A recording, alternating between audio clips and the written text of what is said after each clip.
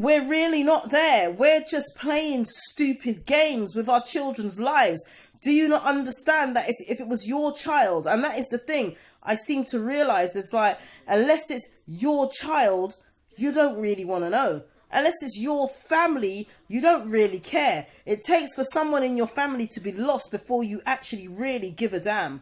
It takes for someone in your family to be affected before you actually give a damn. Instead of all the chat and the long debates and all this discussion and la la la la la, like, allow the talking now.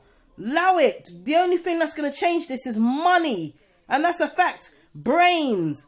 Putting together consortiums. That's the only thing that's going to change this right now. Because right now, the only thing that's happening is that we're losing our children every day. Our children are being bullied in the schools. Do you know in the last 2 weeks, the only cases I've dealt with is bullying from teachers, these white supremacist racists in the schools, and also other students, particularly white students against black students, and your child can't do nothing. My own cousin called me today, telling me about her daughter, who's been bullied on a daily basis. And I'm like, do you know what?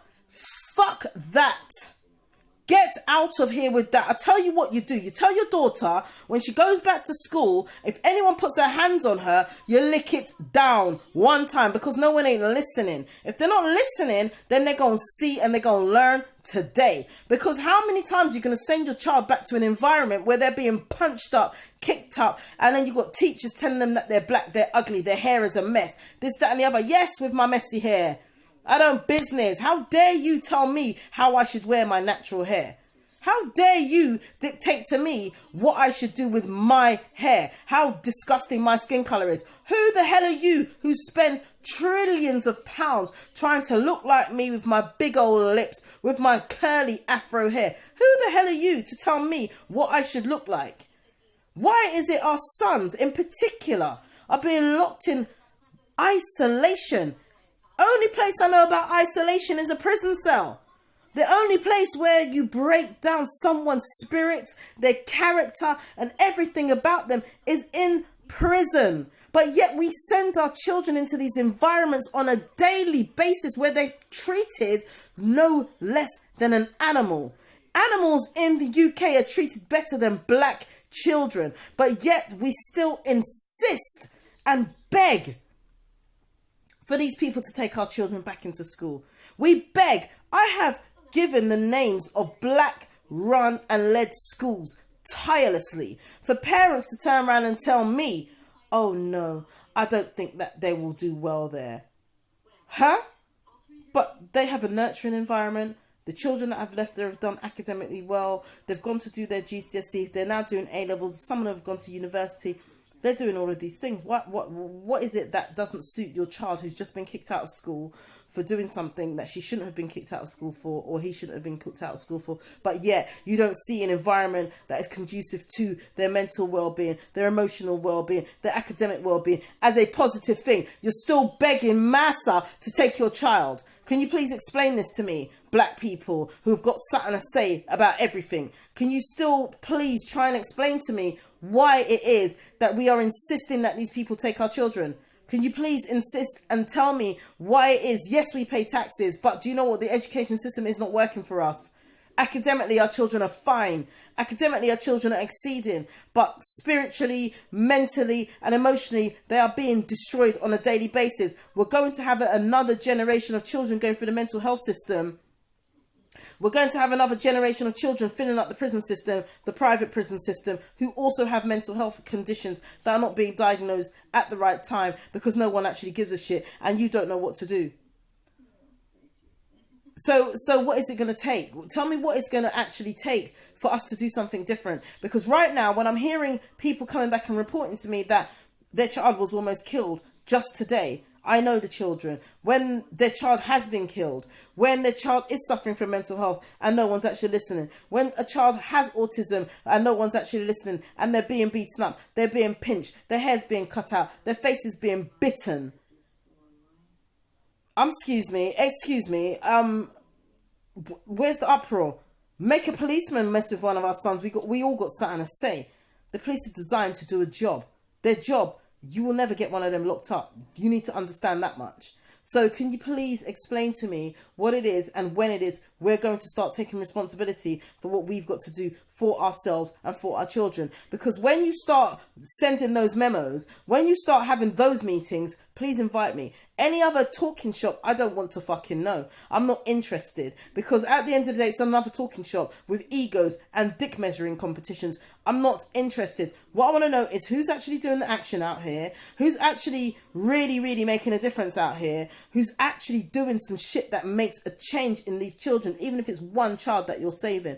I want to know what that is, because if you've got 15, 16, 17-year-olds on the street at 1 o'clock in the afternoon with Rambo knives, going around stabbing up people who haven't done you nothing, I want to know where your mum and dad is. I want to know who the hell you know, because the way how I feel now, I'll look to go and run over someone's kid.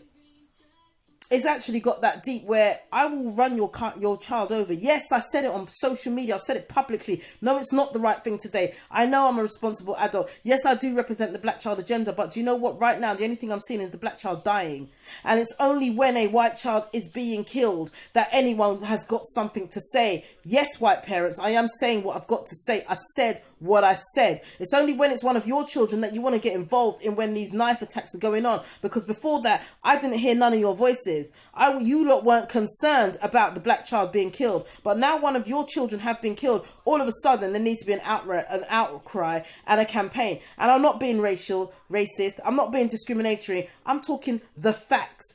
You don't live in my skin. You don't know what I have to live with as a dark-skinned black woman. You don't know the colorism that we have to deal with. You don't know that when I walk into a meeting and I see a sea of white faces, how the way that they look at me, how they try and degrade me. But the only thing that is my saving grace is the fact that I know what I'm talking about, whether you're white, black, pink or green. And the one thing I know for definite is that black children are dying. None of you don't give a shit because your children aren't dying. As soon as your children are dying, we also have charity set up in 24 hours. We have an outcry from the mass media. We have an outcry in governments. We have meetings called. But when it is the black child dying, I don't hear a peep from none of y'all asses. So you can say what you want to say. You can try and vilify me on social media. The black child agenda will still be here. We will still stand and we will still represent the black child unapologetically, unequivocally. Because do you know what? Who is out there representing us? Because I don't see none of your asses doing that.